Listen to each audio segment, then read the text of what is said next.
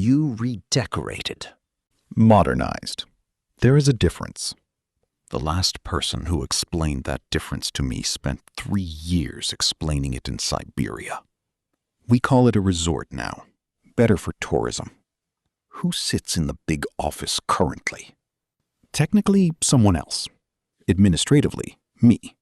The distinction is more decorative than functional. I had the same arrangement. I called mine a Politburo. They called me comrade. Nobody confused the direction of authority. I call mine a democracy. It requires slightly more paperwork, but the outcome is comparable. That portrait on the wall. Not you, not me. Who is it? A predecessor. We keep it for continuity. Historical legitimacy is an asset. In my day, we removed predecessors from photographs entirely. Cleaner, less ambiguous about the direction of history. We use Photoshop now. Same principle, considerably higher resolution. My approval rating is 83%.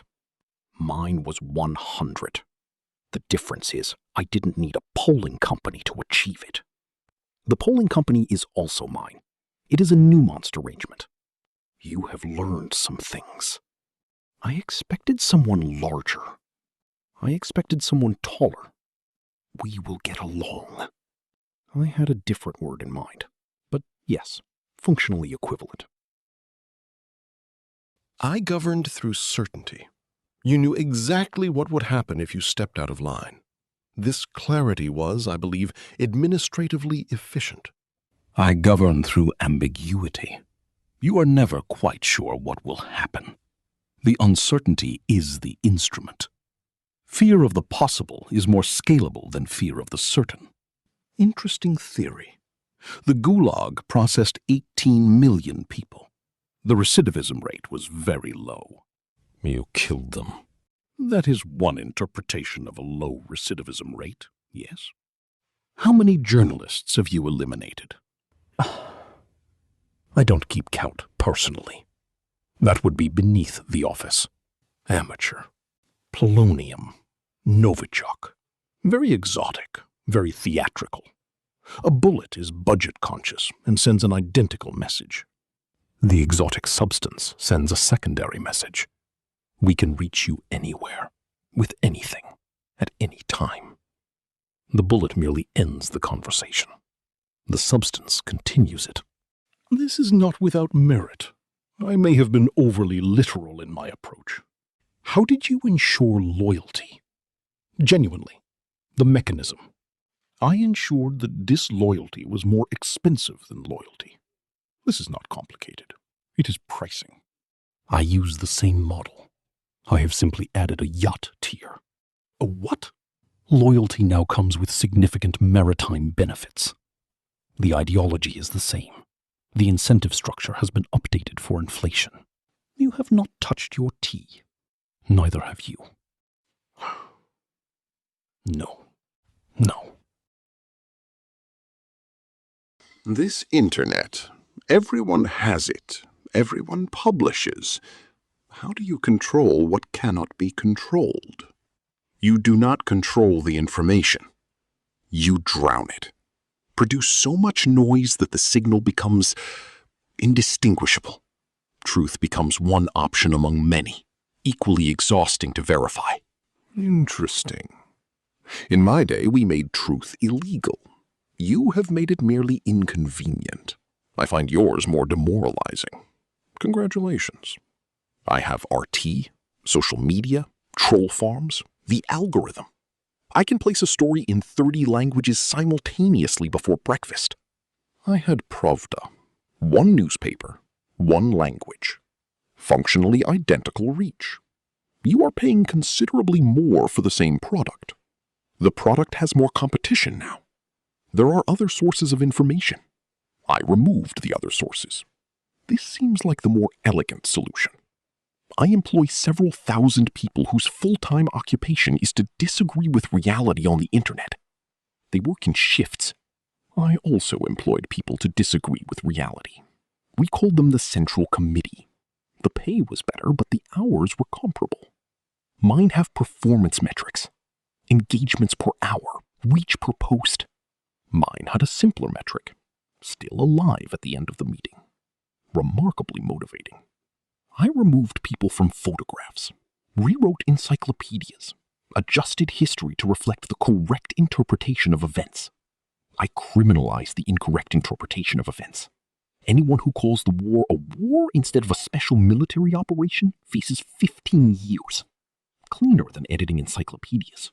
The population self-edits. This is elegant. Did it work? Ultimately, the propaganda. Did people believe it? Some believed it. Some knew it was false and repeated it anyway because repetition felt safer than silence. Some repeated it until they were no longer certain which they were doing.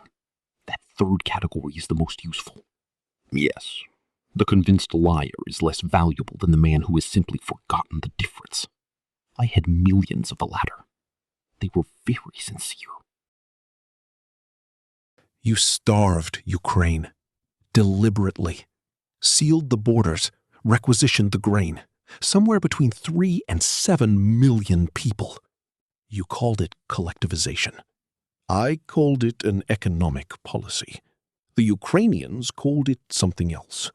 Both descriptions are technically accurate from their respective administrative positions. And now, they call it genocide.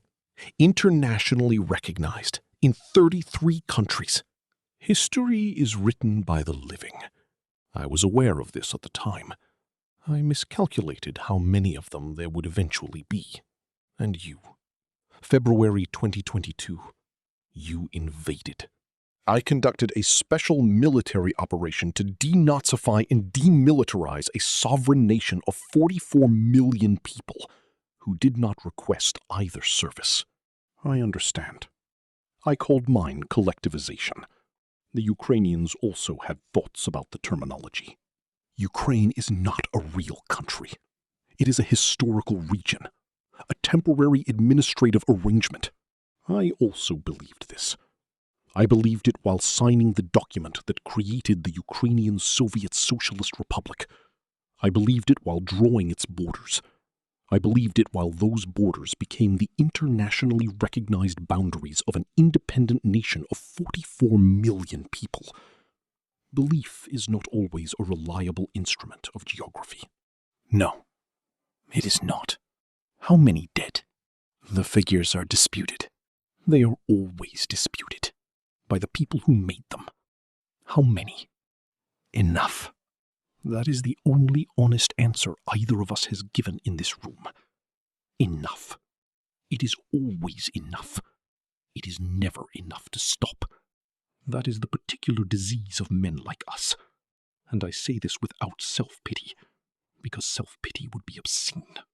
You are the precedent I inherited, the logic I was handed, the system I was trained inside. You understand that. I understand it completely. It does not constitute an explanation. Inheriting a disease does not obligate you to spread it. You chose to spread it. That choice belongs to you, not to me. Do not leave it on my desk. No, you are right. She had my name on a spine. Which book? From the title, something about crimes against humanity? The cover was dark. They are always dark. I have noticed this about books written about me. Nobody uses a cheerful font. Mine also had a dark cover. I saw it. We apparently share a publisher, in the sense of legacy. I have had 70 years of historical assessment. Here is what I can tell you. The monuments come down. The statues are pulled from their plinths. The cities they renamed after you get renamed again. What remains is the damage. The damage has a very long half-life. And the achievements are footnotes to the damage. This is not how I intended it. It is, however, how it is. I am still inside my legacy. It has not finished being written. This is a significant advantage over your position. You believe there is a version of events in which the ending changes what came before it. There is not. The ending is a footnote to the middle, and the middle is already written in a language you cannot edit. Several million people wrote it. They wrote it in the only ink that does not fade. I know what ink you mean. Every generation produces men who believe that power held without limit is a form of strength. It is not. It is a form of fear so large it requires an entire country to contain it. I know this because I was that fear, and the country is still paying the invoice. I have nothing to add to that, which is itself the most honest thing I have said today. The girl with the books. She will write something. They always do. And it will be read long after everything we built has been renamed, dismantled, or converted into a museum with an admission fee. And the admission fee? Free for students. This is the final insult. We are educational.